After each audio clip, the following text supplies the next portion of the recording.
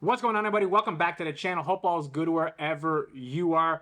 Today we're going to cover a video that was put out by Newsmax about the January 6th footage that all got released to the public. Before we do, I want to read you a statement that was put out by Mike Johnson on his Twitter account before he released this footage, or at the time that he released this footage.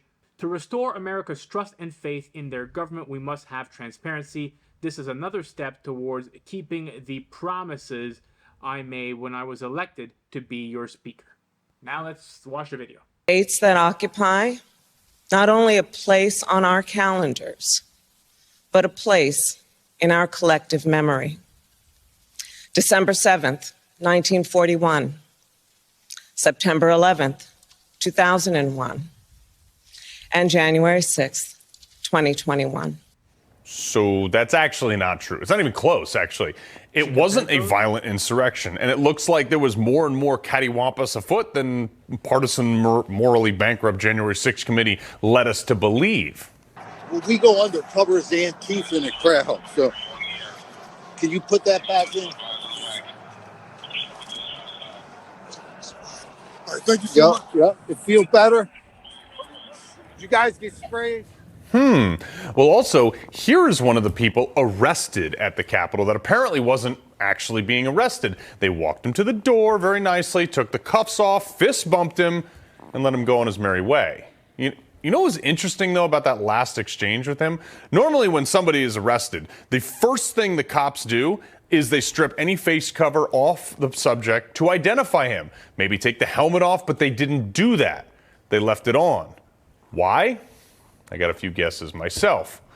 And we also still don't know how many people were undercover and why. It even appears that the FBI doesn't know either. Or at least they're maybe lying to us, or they just don't know. Either could be true. When you watch these people go through the building, if they weren't holding flags and you didn't know, if I didn't tell you that this was January 6th, you would probably assume that this is just a guided tour through a government building because it's quite peaceful. Now, they should know that they're not allowed to do that, as most of us should know the law, but it doesn't seem like they're doing anything wrong. It's very peaceful, and again, it just looks, if you just saw this tape, and I didn't tell you what day it was, you would just think, you know, yeah, it's weird that they have flags, but it's a guided tour through a government building. In fact, the chief of Capitol Police testified that he was also given no information on undercover agents and was advised not to respond to the January 6th. We actually have evidence and records indicating plainclothes MPD officers were on Capitol grounds on January 6th. And you're saying you weren't aware that they would have embedded those officers within the crowd. They didn't make you aware of that? No, sir, they did not make me aware of it. It's not unusual for agencies to have plainclothes units deployed around major events, but no, I was not made aware that they'd be on Capitol grounds. Chief Son, since January 6, 2021, have you testified or been asked to testify publicly before a committee of the House of Representatives? No, sir. Did the January 6 Select Committee ask you to publicly testify before their committee? No, sir. Weird. The chief of the Capitol Police wasn't invited to speak before the January 6th committee? They also seem to fire some sort of either tear gas or smoke into the crowd that, from the looks of the video, which seems to be a pretty peaceful group with people standing there videotaping it.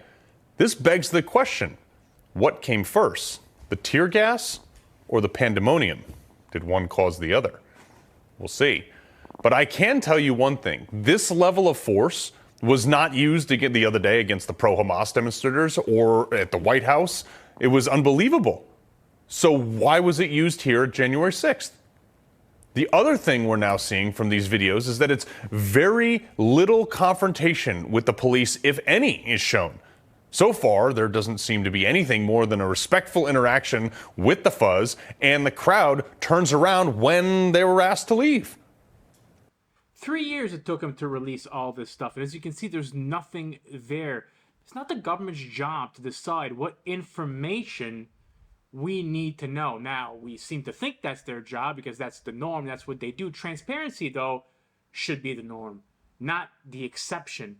We should always just be told everything. Now, if there's a clear-cut case of national security or something of the sort, like clear-cut, fair. This is not the case here. We should just be told everything at all times and let the public make the decision and don't make the decisions for us. They suppress the information, right? Because they don't want people to come up with their own politically inconvenient conclusions. But by suppressing the information, we do it anyway. And in this case, we're correct. So you're better off just releasing everything as soon as something happens. This goes for any event. Again, unless it's a clear-cut case, national security, the public has a right to know these things. The one spot of violence, the one spot, was Ashley Babbitt, who was the only one killed on that day, by the way, shot by the same Capitol police officer who is still employed and 2 years prior had left his gun unattended in a bathroom. Lieutenant Mike Bird. This guy fired a weapon at an unarmed woman through a door with officers directly in his line of fire right behind him. I mean, as the video goes on, it appears that both law enforcement and the protesters worked together to attempt to save her life and evacuate her. From the video, which we won't show you because of how graphic it is, but it's freely available on the internet, and I encourage you to go watch it. The only ones yelling and swearing appear to be the police officers, not the protesters. We still haven't seen the other side of the footage from behind the shooter, whether or not confirmed lethal force was even actually needed. But from my vantage point, with a significant background in use of force, by the way, doesn't seem to meet the bar. I'm sure more will be made public in the coming days, though.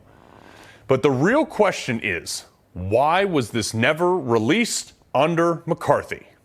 What was he hiding? What deals did he make behind the scenes? Because if it was so simple that Mike Johnson could just release it in a matter of a few weeks after taking the speakership, why didn't McCarthy do it in his 9-month tenure? You see why I never trusted him? We know the Democrats were ardently opposed to releasing the full tapes, obviously, probably for the exact same reason we're seeing now. It destroys their narrative completely. And the lengths that they went to lie, they deceived, they misled us on all the reason those tapes shouldn't be released should be carved into everyone's memory as a monument to never trusting Democrats again.